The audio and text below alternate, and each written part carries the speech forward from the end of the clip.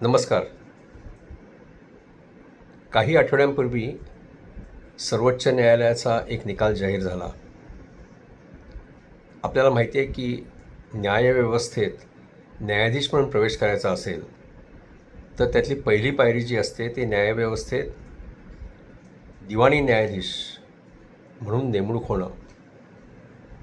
हा निकाल येईपर्यंत एखादा तरुण विद्यार्थी जो विधिविषयक पदवी संपादन करतो त्याला न्यायाधीश होण्याची संधी होती. त्यांनी जरी वकिली केली नसेल तरीसुद्धा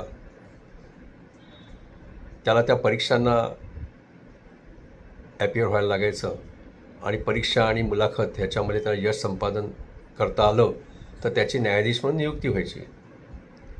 आता या निकालामुळे ही जी काही तरुण मंडळी आहेत ज्यांना न्यायाधीश व्हायचं आहे त्यांना 3 वर्ष वकिली करणं हे आता अनिवार्य झालेलं आहे. अनेक तरुण कायद्याचे पदवीधर माझ्याकडे आले. काही शेवटच्या वर्षात वकिलीचा अभ्यास करणारी तरुण मंडळी माझ्याकडे आली आणि त्यांना हा निर्णय आवडला नाही असं त्यांनी मला सांगितलं. पण मी त्यांना सांगितलं की या निर्णयाकडे आपण विधायक दृष्टीने पाहिलं पाहिजे.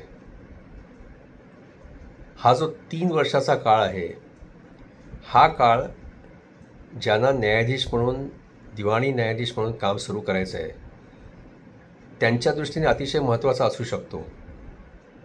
याचं कारण म्हणजे या 3 वर्षामध्ये न्यायालयांचं कामकाज कसं चालतं,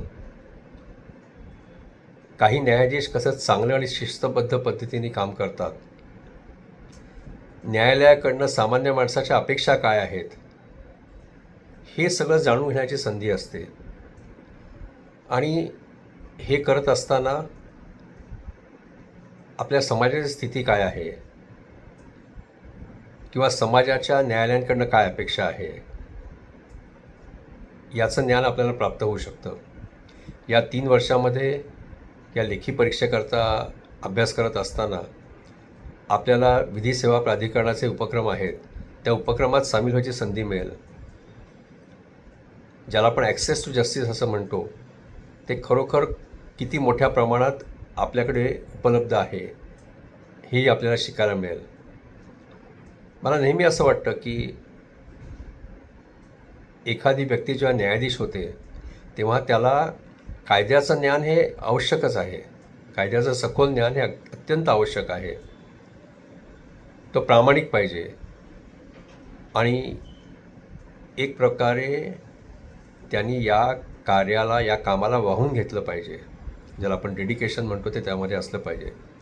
पण त्याच्याही पुढे जाऊन मला असं वाटतं जर आपल्याला चांगलं न्यायाधीश व्हायचं असेल त्याच्या आधी आपल्याला चांगला माणूस झालं पाहिजे. गुड ह्युमन बिईंग आपण ज्याला म्हणतो. आणि म्हणून हे सगळं करण्याकरता हा 3 वर्षाचा जो कालावधी आहे हा अतिशय महत्त्वाचा आहे. या 3 वर्षाच्या कालावधीचा या तरुण मंडळींनी चांगला उपयोग करून घेतला तर ते न्यायाधीश म्हणून अतिशय प्रगल्भपणे काम करू शकतील असं मला वाटतं. माझे जुने सहकारी न्यायमूर्ती RC चव्हाण यांची विचार करायची पद्धत नेहमीच वेगळी असते. मी त्यांच्यापुढे ते जिल्हा न्यायाधीश असताना वकील म्हणून त्यांच्यापुढे काम चालवलेलं आहे.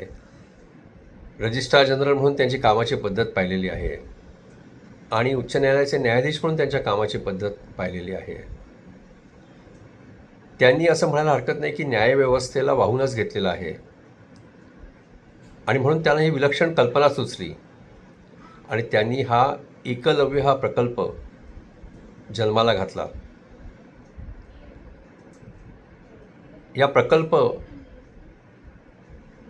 हा प्रकल्प काय आहे हे मी जाणून घेतलं आणि मला असं वाटतं की त्यांचा उद्देश हाच आहे की हा 3 किंवा 4 वर्षाचा कालावधी या तरुण वकिलांना मिळेल न्यायाधीश म्हणून काम करायला लागण्याच्या आधी त्याचा सगळ्यात जास्ती उपयोग कसा करून घेता येईल हा एक या उपक्रमाचा प्रमुख उद्देश आहे. एक जबाबदार नागरिक तयार करणं या 3 वर्षाच्या कालावधीमध्ये हे या उपक्रमाचं वैशिष्ट्य आहे. मला असं वाटतं की हा उपक्रम असा आहे की ज्यामुळे कदाचित अजून 10 वर्षानंतर किंवा 15 वर्षानंतर किंवा 20 वर्षानंतर आपण ज्या प्रतीचा न्याय आपल्या न्यायालयातून मिळतो त्याच्यामध्ये बरीच प्रगती करू शकू. कारण या प्रकल्पाचा उद्देश असा आहे की चांगले न्यायाधीश तयार करणं आणि घटनेच्या उद्देशिकेत जी न्यायी संकल्पना आहे तर ती न्यायी संकल्पना ही सामान्य माणसापर्यंत पोचवणं हा ह्या प्रकल्पाचा उद्देश आहे. म्हणून मला असं वाटतं की न्यायव्यवस्थेशी संबंधित ज्या काही व्यक्ती आहेत, न्यायाधीश, वकील, निवृत्त न्यायाधीश, या सर्वांनी ह्या प्रकल्पाला नुसताच पाठिंबा द्यायला पाहिजे असं नाही, या प्रकल्पामध्ये सामील व्हायला पाहिजे, त्यांचा सहभाग याच्यामध्ये असला पाहिजे. माझ्या या प्रकल्पाला मनापासून शुभेच्छा. धन्यवाद.